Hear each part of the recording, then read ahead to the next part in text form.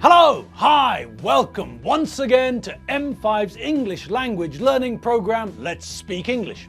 I'm Gav Duncan and I'm here on your TV to help you learn English. Now, are you sitting comfortably? Yes? Good! And are you ready for today's lesson? Yes? Good! Okay, well let's learn English together. And hello again, people. Hello and welcome. Welcome to Tuesday. That's right, it's Tuesday, people, but come on. You lot already knew that, didn't you? You were all aware of the fact that today is the second day of the week, the standard working week, that is. And that's a point, aware. We've seen that word before, haven't we? Yes. But have we had a close look at what it means? It's a bit of an odd one, this. It's connected to the idea of knowledge, but, well, it can be a little bit more vague. Now, there's another word that we should have a look at too. Vague, not Vogue. Vogue is a fashion magazine and a silly song and dance with that elderly lady Madonna banging on about how to stop dancing in the middle of a dance. And why are you meant to stop dancing in the middle of a dance? Well, so that you can pose, so that you can stand in a particular way, just like models used to do on the catwalk. And then everyone will look at you and think, blimey, that person's really cool. And then you'll find a girlfriend or a boyfriend, and then you'll get married and live happily ever after. Or something. At least, that's what I think it's all about.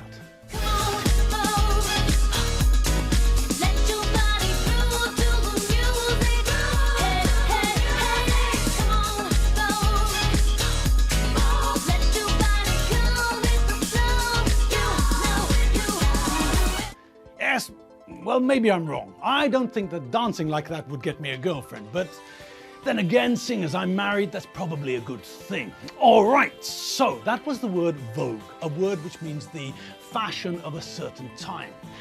And be careful with this word, because it used to be one of those words which was always mispronounced in Hungary. People used to look at this word and misread it. They looked at the word and their brain told them that it was spelt V-O-U-G-E, so they pronounced it as rouge. Wrong. Open your eyes and take a closer look. The U comes after the G, not before it. This is a word which came from an Italian word, then the French picked it up, and finally the British adopted it. So, if you've got a problem with the pronunciation, then speak to Jean-Marie about it, and he'll refer you to Ennio.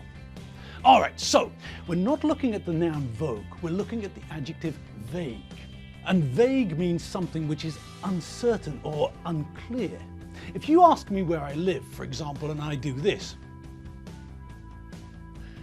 then that is an answer of sorts, but it's very vague, isn't it? It's not very clear. Think about what happens if a policeman asks you a question. Do you want to be exact or do you want to be vague? Well, it all depends on what the policeman wants, doesn't it? When the policeman is asking you questions, it's very likely that you're busy trying to work out what the policeman wants and why the policeman is asking you questions. So you give vague, unclear, rough, sketchy answers to your questions. You're buying yourself more time to think, time to work out what the policeman wants. If James Bond gets captured by enemy spies, he only gives vague answers. Why? Well, for the same reason. He's playing for time. He's trying to win time so that he can work out what's going on and how he should react. Okay, and this is where we come back to the idea of being aware. If I say that I am aware of something, then I'm telling you that I know about it, but in a general way, in a vague way. I don't know the details about this thing. If, on the other hand, I say that I know something, then I'm telling you that this is a piece of concrete information I have in my brain. I know that the sound engineer's name is Chubby. I know that the lady who does my makeup is called Brashika. I know these things. I'm using the verb to know to show that I have specific knowledge of these things. I know where I live. I know what my front door looks like. Specific, concrete, facts. Okay. But I'm also aware that Brashika lives somewhere in Buddha. And I'm aware of the fact that Chubby and his family live somewhere in the countryside, out where the bus doesn't run. So here too, we're talking about knowledge, but it's vaguer, isn't it? It's not as concrete, it's not as specific. I sort of know where they live, but I couldn't show you the way. All right, but with the idea of awareness, with the idea of someone being aware of something, it can be a flexible and elastic idea. The idea of being aware can sometimes come very close to the idea of know. At other times, however, when someone says that they're aware of something, they often mean that they've heard a little bit of information, but not a lot at all. If you ask me about Albania, for example, I know hardly anything about the country. I am aware of the fact that the capital is Tirana, but that's about it.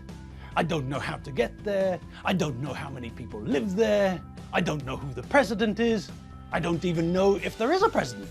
Didn't Albania used to have a king? You see, in a situation like this, if I tell you that I am aware of something, then we can see that my knowledge on the subject is very small. And we often see this idea coming through in the negative. To be unaware of something means to not know. Of course, we can say that two ways. We can use the adjective unaware. So, we have the adjective aware and the opposite adjective unaware.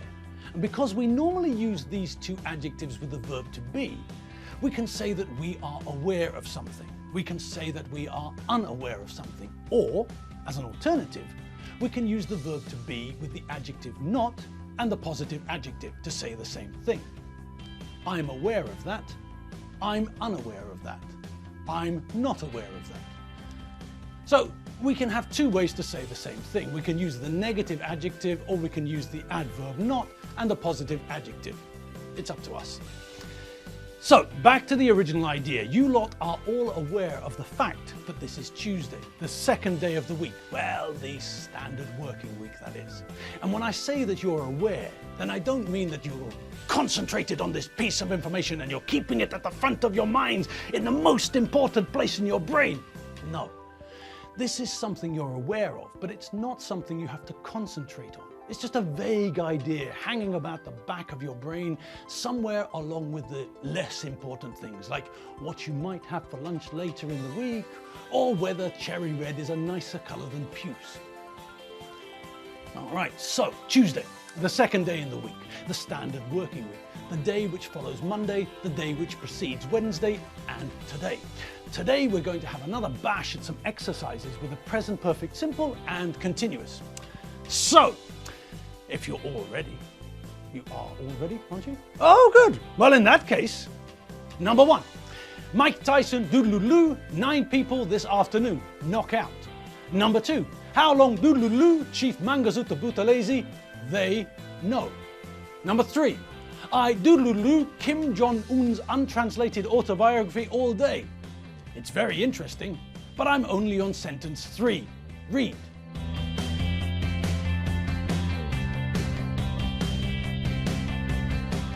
All right, let's see how we fare with those 3 for a start. They should be easy enough, shouldn't they? So, remember what we have to do. We have to decide which tense to use, the present perfect simple or the present perfect continuous, PPS or PPC. Are we going to use the PPS? Is it subject, have or has, followed by the past participle of the main verb? Or is it subject, have or has, the past participle of the verb to be, been, and the ing form of the main verb? So what's it to be? What do you think? Wow! The first one is dead easy.